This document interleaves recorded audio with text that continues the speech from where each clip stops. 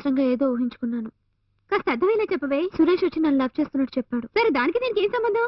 సురేష్ ఇది చెప్పడానికి ముందు కార్తిక్ దగ్గరికి వెళ్ళి నువ్వు శ్వేత లవ్ చేసుకుంటున్నారా అని అడిగాడు. అందుకు కార్తిక్ అలాంటిదేం లేదు, జస్ట్ ఫ్రెండ్షిప్ అని చెప్పాడు. ఏయ్, ఇందుకే ఫీల్ అవుతున్నావా? ఒక థర్డ్ పర్సన్ ముందు ఎవరైనా మొహాన్ని అడిగితే అలాగే సమాధానం చెప్తారు. అది కాకుండా సురేష్ మీ ఫ్యామిలీ ఫ్రెండ్, అందుకే కార్తిక్ అలా నీతో చెప్పుంటాడు. నువ్వు వెళ్ళి ధైర్యంగా కార్తిక్తో చెప్పవే. వద్దే, నాకు బాధగా ఉంది. ఇలా ఫీల్ అవుతూ కూర్చుంటే మనం అనుకున్న సాధించలేమే. రేపు నేను నీతో వస్తాను, అప్పుడు డిసైడ్ చేద్దాం. ఓకే, కూల్ రా. ఫస్ట్ టైం చూసినప్పుడు ఏముందో తెలుసా? ఇంకా ఒక్క చోట కాలా చెప్పిందిరా చూసి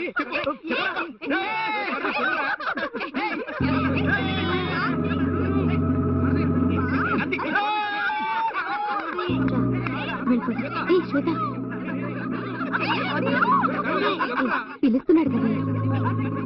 పద.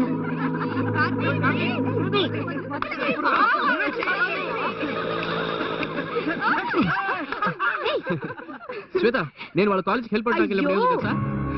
తను లవ్ చేస్తున్నాను. అవును శ్వేత, తనే ఫస్ట్ నన్ను చూసి ఐ లవ్ యూ అంది. నేను ఎస్కేప్ గా తను ఐ లవ్ యూ అనగానే నాకు కుదరదు, సారీ అనేసాను. తర్వాత ఏముంది, తన మాట నమ్ముంటే నేను దేవదాసుల గడ్డం పెంచుకొని ఏ చెట్టు కింద కుక్క పిల్లతో కూర్చుండేవాడిని. ఆ రోజు నాతో ఐ లవ్ యూ ఉందా, ఈ రోజు మ్యారేజ్ ఇన్విటేషన్ తీసుకొచ్చి చేతికిచ్చింది. మీకు పెళ్ళా? దానికే ట్రీట్. వినండ్రా, నిమి ఇదే ట్రీట్ అని సరిపెట్టకూడదు. మీ అందరూ ఊరుకోం. నీ పెళ్లి రోజున ఇంతకంటే పెద్ద ట్రీట్ ఇవ్వాలి. ఓకే, అందరూ గుర్తుంచుకోండి. సరే, నాకు టైం అయింది, నేను క్లాస్ వెళ్ళాలి. శ్వేత, మీ క్లాస్ ఉందా? లేదు. మీరు నిమికి సెండ్ ఆఫ్ ఇచ్చేస్తారా? నేను ప్రొఫెసర్ మీట్ అవ్వాలి. Okay okay, thank you. Okay నిమి, సీ యూ దెన్. బాయ్. బుక్ ఇరా. ఇదిగో bye, see you. Bye bye bye bye. So మన క్యాజువల్ గా నవ్వుతూ మాట్లాడినా, ఊరికి ఒక హాయ్ చెప్పినా కూడా నెక్స్ట్ డేనే లవ్ లెటర్ ఇచ్చేసే కుర్రాళ్లలో కార్తిక్ నిజంగానే ఒక జెంటిల్మెన్. శ్వేత, ముందు నేనే తన దగ్గర ఐ లవ్ యూ అన్నాను. అతను క్లియర్ గా చెప్పేశాడు, నిన్ను మాత్రమే కాదు నేనున్న పరిస్థితిలో ఎవరిని లవ్ చేయలేను అని. అతను చెప్పింది చెప్పినట్టుగా ఫాలో అయ్యాడు. కానీ నేనే వెడ్డింగ్ ఇన్విటేషన్ దాకా వచ్చేసాను. కార్తిక్ ఇక్కడికి వచ్చాక మారిపోతాడనుకున్నాను, కానీ మారనే లేదు. ఒకసారి నేను ఇక్కడికి వచ్చినప్పుడు ఫ్రెండ్స్ మాటలు విని మీరు కార్తిక్ లవ్ చేసుకుంటున్నారని అనుకున్నాను. తర్వాత మీది కేవలం ఫ్రెండ్షిప్పే అని తెలుసుకున్నాను. కార్తిక్ ఇంతవరకు ఎప్పుడు ఫ్రెండ్షిప్ లిమిట్ ని దాటిందే లేదు. Very nice man.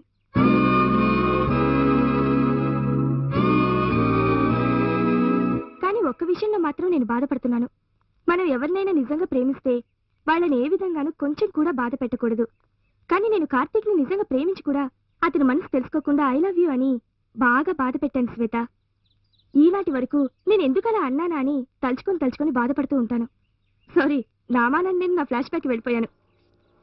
ఇదిగోండి, తప్పకుండా రావాలి. వస్తాను, బాయ్.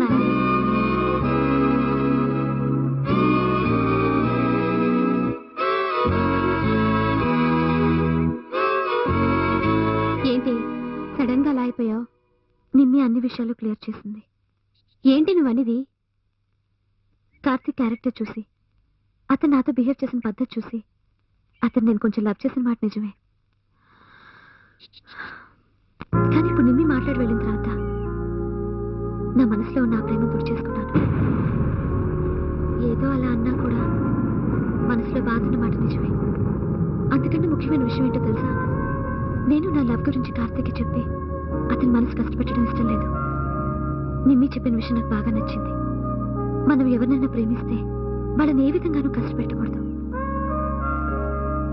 అందుకే కార్తిక్ నా లవ్ గురించి చెప్పదలుచుకోలేదు. మామూలుగా లవ్ చేయడానికి ముందు అది వర్కౌట్ అవుతుందో లేదో ఆలోచిస్తే దేశంలో అనార్కలు పార్వతులు ఉంటారు. మరెందుకీ తడబాటు అంటావా? నేను సగటు ఆడపిల్లనే. నా ప్రేమ విషయం ఆయనకి చెప్పలేదనే దిగులు ఉంటుందిగా. ఉండేది, కానీ ఇప్పుడు నీతో మాట్లాడిన తర్వాత ఆ దిగులు లేదు. ఇప్పుడు క్లియర్ గా ఉన్నాను. Okay, all the best. వర్షంలో నిలబెట్టి టార్చర్ పెడుతున్నా కదరా. మామ కాసేపు వెయిట్ చేయరా మామ. టైం అవుతుందిరా, కొంచెం వెయిట్ చేయరా. నా ఫిగర్ వచ్చే టైం రా, కొంచెం వెయిట్ చేయరా. నా కర్మకాలి నువ్వు ఇప్పించిన చండాలపు టీ తాగి నేను ఇప్పుడు పడుతున్నా వస్తుంది. శత్రువు కూడా రాకూడదు. నేను మాట్లాంటే ఎలా రా? నా ఫిగర్ వచ్చే టైం రా, చూపిస్తాను రా. ఇప్పుడు వచ్చే ఎప్పుడు వస్తుంది? అదిగో వస్తుంది. నీ ఫేస్ తగ్గ ఎవరు లేరే? ఆ ఆరెంజ్ టీ షర్ట్ పక్కన నవ్వుతూ వస్తుంది చూడు, అదేరా. నీ డ్రెస్ సెన్స్ చూసి నువ్వు ఒక నాన్ సెన్స్ గడు అనుకున్నాను. కానీ ఫిగర్ సెన్స్ లో అదరగొట్టేసారా అందంగా ఉందా? అదిరింద్రా Thanks. అడ్డడ్డడ్డడ్డడ్డే. అది సరే గాని నీ ఫిగర్ తో పాటు నవ్వుతూ వచ్చి ఆ గొట్టంగడెవడరా రేయ్, వాడు దానిలో ఎవరు? ఏంటి దానిలెవరా అవునురా. పోరా రే పోరా నీకు గుడి పెట్టింది నన్ను అనాలే.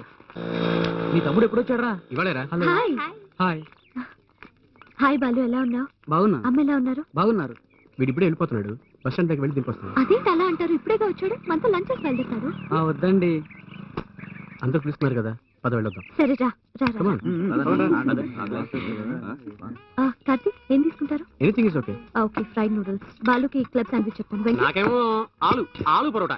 Okay, aloo paratha 4 American chop suey with spring roll. Okay. Hello బోటి ఉందా? సారీ సార్, ఇది 3 స్టార్ హోటల్.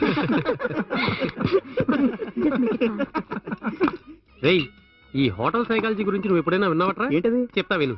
ఓ 1.5 గ్యాప్ లో డీసెంట్ గా కూర్చుని చక్కగా మాట్లాడుకుంటూ మెల్లగా నవ్వుతూ తింటున్నారనుకో, నిశ్చితార్థం అయిపోయింది, ఇంట్లో వాళ్ళ పర్మిషన్ తో వచ్చారని అర్థం. ఆహా. ఆ, ఇంకా విను. ఒక్కడుగు గ్యాప్ లో భుజం రాసుకుంటూ తెగ నవ్వుతూ తుల్లుతూ తినకుండా కూర్చున్నారనుకో, పెళ్ళ ఇప్పుడే ఉన్నాయలైందని అర్థం. సూపర్ రా. ఎదురెదురుగా కూర్చుని మెనూ కార్డ్ లో ఉన్న రేటని గుచ్చి గుచ్చి చూస్తూ ఆర్డర్ చేసి తింటున్నారని అనుకో, పెళ్ళై 3-4 ఇయర్స్ అయి ఉంటుందని అర్థం. కరెక్ట్ రే, భలే చెప్పావు. ఇది విను. ఒక కార్నర్ సీట్ లో గాలి కూడా చొరబడినంత క్లోజ్ గా కూర్చుని ఒకే ఐస్ క్రీమ్ ని 1.5 దాకా తినకుండా కూర్చున్నారనుకో, కొట్టుకొచ్చిన కేసులు అర్థం. సరే గాని నాలా ఇలా దర్జాగా కూర్చుంటే ఏమంటారు? ఓజీగా తినడానికి వచ్చాడని అర్థం. సారీరా.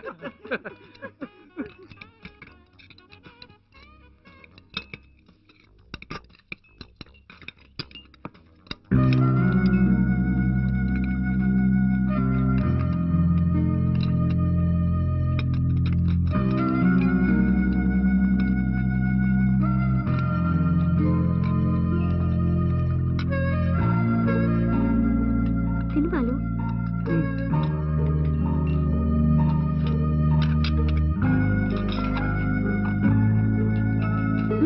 తిను తిను బాలు.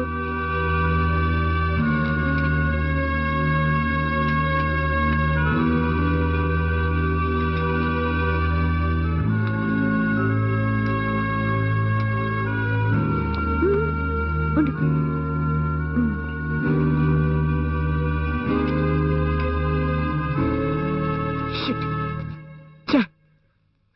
తమ్ముడు ఏమనుకుంటాడు? 18 ఏళ్ళు తోడబుట్టినండి. వాడి గురించి పట్టించుకోకుండా నా మాట నేను తినేశాను. లక్కీగా శ్వేత దగ్గర నుండి వాడిని చూసుకుంది. నేను ఎలా ఈ కల్చర్కి మారాను? శ్వేత బడికి లేకపోతే వాడు అవమానంతో కుంగి నలిగిపోయాడు సార్. తలుచుకుంటే బాధగా ఉంది. రే, తమ్ముడు మనసులో బాగా కుమిలిపోయి ఉంటాడేమో. కొంచెం నోరు మూసుకుని కూర్చుంటావా? ఇప్పుడు అసలు ఏమైందని నువ్వు అలా ఫీల్ అవుతున్నావు? ఇంకో విషయం చెప్తున్నాను విను. ఆ రోజు శ్వేత నీకు పర్ఫెక్ట్ మ్యాచ్, తనను పెళ్లి చేసుకోవాలన్నందుకు అదేం కుదరదు, మా అమ్మను చూసుకోవాలి, మా తమ్ముని చూసుకోవాలని ఎంత బిల్డప్ ఇచ్చావరా. ఆ రోజు నాకు అది కరెక్ట్ అనిపించింది. కానీ మనం టూర్కి వెళ్ళినప్పుడు శ్వేత మీ అమ్మని ఇంటిని మెచ్చుకున్న తీరు, ఇవాళ మీ తమ్ముని చూసుకున్న తీరు, ఒరేయ్ మనస్ఫూర్తిగా చెప్తున్నారా, ఆ అమ్మాయిని పెళ్లి చేసుకోరా. పిచ్చర్లాగా మాట మాకు. అది వేరు ఇది వేరు. శ్వేత నేచురల్ గానే ఉన్న గుడ్ క్యారెక్టర్. ఓకేరా, ఓకే, అది కూడా నేను ఒప్పుకుంటాను. అయితే ఆ రోజు నువ్వు టైం ఫీజు కట్టలేనప్పుడు నీకు కూడా తెలియకుండా వెళ్ళి ఫీజు కట్టిందే, దాన్ని ఏమంటారు? రేయ్, అప్పుడు మన యూనివర్సిటీలో 4 టైం ఫీజు కట్టలేక అల్లాడుతున్నారు. వాళ్ళకి కలిపి కట్టాలిగా నువ్వంటున్న క్యారెక్టర్ అయితే. So something is there. ఒరేయ్, కుదురుగా ఆలోచించరా. తను నిన్ను ప్రేమిస్తుందిరా ఖచ్చితంగా, లేకపోతే ఇలాంటివన్నీ చేయదురా. ప్రేమ కోసం ఇదంతా చేసిందని తన క్యారెక్టర్ ని కించపరచొద్దు. ప్రేమ డెఫినెట్ గా ఉందిరా, ఛాన్సే లేదు. ఉన్నదే అనుకో, అప్పుడేం చేస్తావురా? రేయ్, ఏం చేస్తావురా? అలా ఉండే అవకాశం లేదు. ఉంటే అప్పుడు ఆలోచిస్తాను. కరెక్ట్ రా, అదే నేను అంటున్నాను. ఇలా చూడు, మన మనసుకు నచ్చిన విధంగా మన ఊహలకు అనుగుణంగా భార్య దొరకడం కోటికి ఒక్కరికే సాధ్యం. అది నీకు సాధ్యపడిందిరా. ఒరేయ్ ప్లీజ్ రా, మిస్ చేసుకోకురా. ఈ టైంలో ఎవరు కొట్టంగాడు?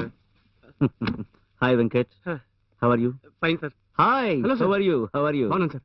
యు హావ్ ఎ నైస్ కూర్చోండి ప్లేస్. కూర్చోండి. థాంక్యూ.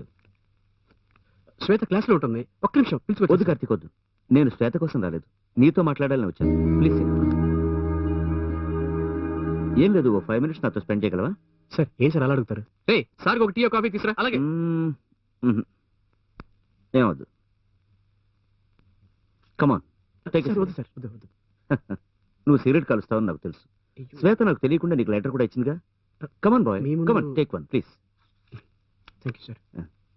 లైట్ వద్దు సార్, లైటర్. లైటర్.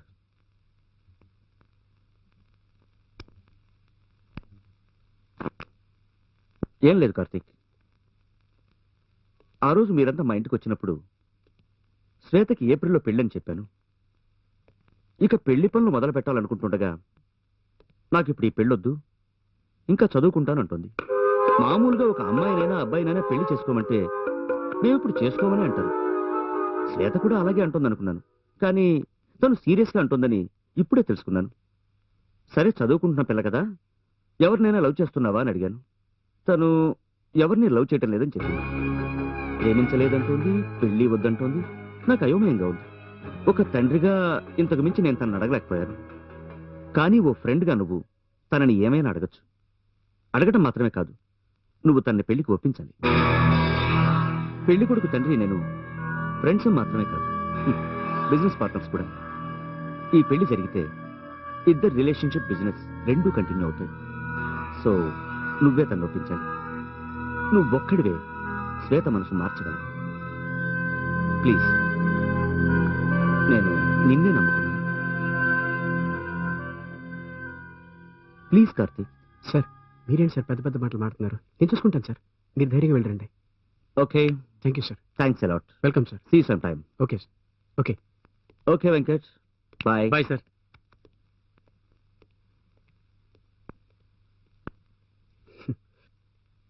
పెద్దగదో వాగావు, విన్నావుగా, వదిలేరా. రే నా మాట వినరా. ఆ సినిమాలో వాడు సూపర్ గా యాక్ట్ చేశాడు కదా. నువ్వెంత సన్నగా ఉన్నావు.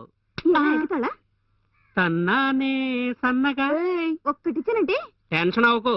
ఎందుకు పాడానో తెలుసా? తేజ టీవీ నుంచి స్టూడెంట్స్ ఇంటర్వ్యూ తీసుకోవడానికి వస్తున్నారట.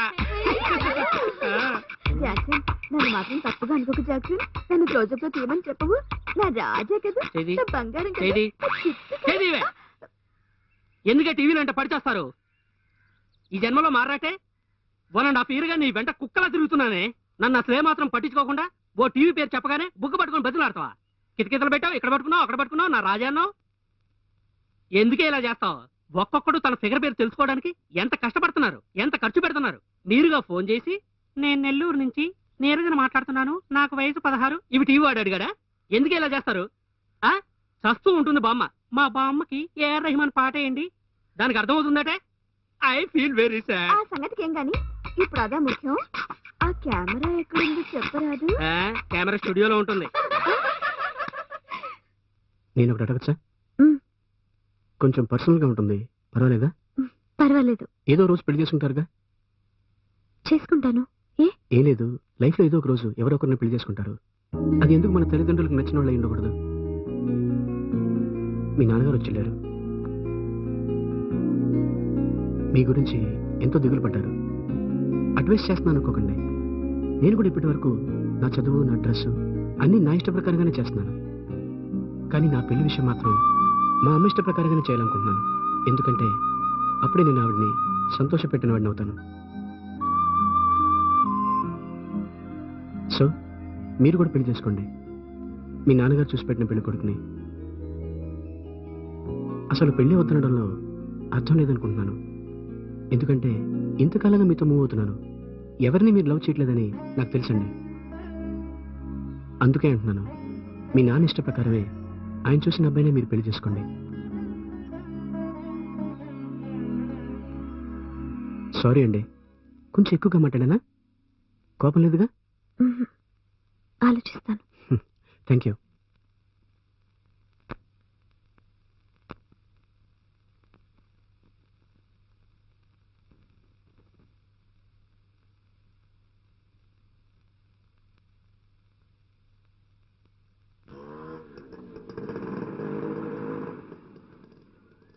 ఎందుకు సైలెంట్ గా ఉన్నారు? ఏ వెంకట్, ఏ వీరు, ఏదో మాట్లాడచ్చుగా. మనం ఏమైనా చచ్చిపోతున్నావా? రేయ్, చచ్చిపోయినా పర్వాలేదురా, కానీ మనం ఎలా లైఫ్ లో విడిపోయిపోతాం? ఎగ్జామ్స్ అయిపోతే విడిపోక తప్పదుగా. అది కాదురా, 10 రోజుల సెలవుల్లో కూడా మనం విడిగా ఉండలేకపోయాం కదా. అలాంటిది లైఫ్ లాంగ్. నాది నెల్లూరు, వాడిది బందరు, వాడిది విశాఖపట్నం. ఇప్పుడే కదరా మన ఓళ్ళ పేర్లని గుర్తొస్తున్నాయి. ఇప్పటిదాకా ఎవరైనా అడిగితే యూనివర్సిటీ అన్నాను. ఇక మీద పోరా, నా వల్ల కావట్లేదు. పోనీ మనందరం విషయం తాగి చచ్చిపోదామా? ఏంటా పిచ్చి మాటలు? ఎడబాటు అనేది సహజమే. కానీ అది శాశ్వతం కాదు. కరెక్ట్ శ్వేత, నేను అదే చెప్పాలనుకున్నాను. మనం ఉండే ఊళ్ళు వేరైనా కూడా పెద్ద దూరాలేం కాదు. అందువల్ల ఎప్పుడైనా సరే మీట్ అవ్వచ్చు. నేను కూడా ఇంటర్ ఎగ్జామ్స్ అయిపోయినప్పుడు పెద్ద పెద్ద ప్లాన్స్ వేసుకున్నాను, కానీ ఏ ప్లాన్ వర్కౌట్ అవ్వలేదు. అప్పుడు మనకున్న వయసు, స్వతంత్రం అంతా వేరు. ఇప్పుడు అలా కాదుగా. ఇప్పుడు మనందరం తరచుగా కలుసుకోవచ్చు. చక్కగా ఉందిరండి ప్లాన్. రేయ్, ఎగ్జామ్ పూర్తవగానే శ్వేతకి పెళ్లి చేయాలన్న ఆలోచనలో ఉన్నారు. తను వెళ్ళిపోతుంది. నీ ప్లాన్ ప్రకారం తను ఇష్టపడి మనల్ని మీట్ అవ్వాలనుకున్నా కూడా తన హస్బెండ్ అందుకు ఎలవ్ చేయకపోవచ్చు. శ్వేత సంగతి వదిలి వీడిని చూడు. పరీక్షలు పూర్తి కాగానే రైస్ మిల్ ఒకటేరా వీడి బతుకు. అనుకున్న వెంటనే అనుకున్న టైంకి వీడు మన దగ్గరికి రాగలరా? సో ఈ రోజేరా మనందరం ఒకటిగా కలిసి ఉండే ఆఖరి రోజు. నేను తట్టుకోలేకపోతున్నాను రా, తట్టుకోలేకపోతున్నాను. పెంకు అరే ఏడోకురా, అరే చూడు ఏడోకురా. అరే వెంకట్, వెంకట్, ఏంట్రా ఇది చిన్నపిల్లలా గడిస్తున్నావు? ఇప్పుడు ఇలా ఏడవడం వల్ల సమస్యకు పరిష్కారం దొరికిపోతుందా? ఇలా చూడు, మీ అందరూ ఉన్నాంగా. రారా, రమ్మంటుంటే రమ్మంటుంటే రారా. నా మాట విను, అలా కూర్చో. రే, వాడికి మంచిగా లేవు. ఒరే వెంకీ, రిలాక్స్ రా. ఇదిగో మంచినీళ్ళు తాగు, తాగరా. ఓకే, దయించి అందరూ నేను చెప్పేది వినండి. ఇన్ని రోజులు ఇదే లైఫ్ అనుకుని మనం సంతోషంగా ఉన్నాం. కానీ ఇప్పుడే విడిపోవడంలో ఉన్న బాధ, దుఃఖం తెలుస్తుంది. ఇక మీద మనం తరచు కలుసుకోలేకపోయినా సంవత్సరంలో ఒక్కసారైనా తప్పకుండా మనం కలుసుకుని తీరాలరా. అప్పుడు ఎవరు ఎక్కడ ఏ మూలలో ఉన్నా సరే, ఎన్ని కష్టాలు, బరువు, బాధ్యతలతో ఉన్నా సరే, ఆ ఒక్కరోజు ఎలాగో అలా మనందరం కలవాలరా. ఈ ఐడియా బాగుందిరా. ఆ డేట్ ఏంటి? ఏప్రిల్ 30న. ఎందుకంటే ఏప్రిల్ మంత్ అంటేనే అందరికీ ఫేర్వెల్, సమ్మరే గుర్తొస్తాయి. కానీ మనకు మాత్రం అందరం కలుసుకోబోతున్నాం అన్నది గుర్తుకు రావాలి. సో మనం ఫిక్స్ చేసుకున్న ఏప్రిల్ మంత్లో అందరం తప్పకుండా కలుస్తామని ప్రామిస్ చేయండి. మనం అనుకున్న రోజున ఏ ఒక్కరు రాకపోయినా వాళ్ళకి లేరని అనుకున్నాం.